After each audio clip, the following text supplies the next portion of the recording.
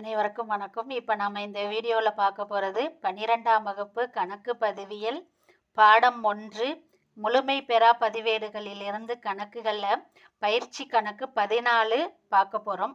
அதுக்கு முன்னாடி அந்த பயிற்சி கணக்கு 14க்கான மாதிரி படிவம் மொத்த கடன் ஈந்தோர் கணக்கு, அதுக்கான மாதிரி படிவத்தை தான் இப்போ நம்ம பார்க்க போகிறோம். மொத்தம் கடனீந்தோர் கணக்கின் படிவம், மொத்த கடனீந்தோர் கணக்கு, விவரம் தொகை, அதாவது பற்று செய்து வரவு செய்து.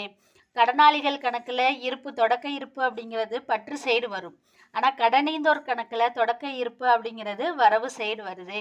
இப்போ பற்று சைடு என்னென்ன இருக்குது? ரொக்கம் செலுத்திய ரொக்கம் பற்று, அதாவது வங்கி கணக்கு காசோலை செலுத்தியது. அதே மாதிரி செலுத்துவதற்குரிய மாற்றுச்சீட்டு மாற்றுச்சீட்டு ஏற்கப்பட்டது. பெற்ற தள்ளுபடி கணக்கு, கொள்முதல் திருப்ப கணக்கு, இருப்பு கீழே இறக்கப்பட்டது இறுதி இருப்பு. வரவு சைடு இருப்பு கீழே கொண்டு வரப்பட்டது தொடக்க இருப்பு. கொள்முதல் கணக்கு, அதாவது கடன் கொள்முதல்.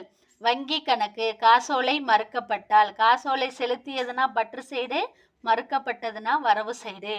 செலுத்துவதற்குரிய மாற்றுச்சீட்டு கணக்கு மறுக்கப்பட்டது, ஏற்கப்பட்டதுன்னா பற்று, மறுக்கப்பட்டதுன்னா வரவு.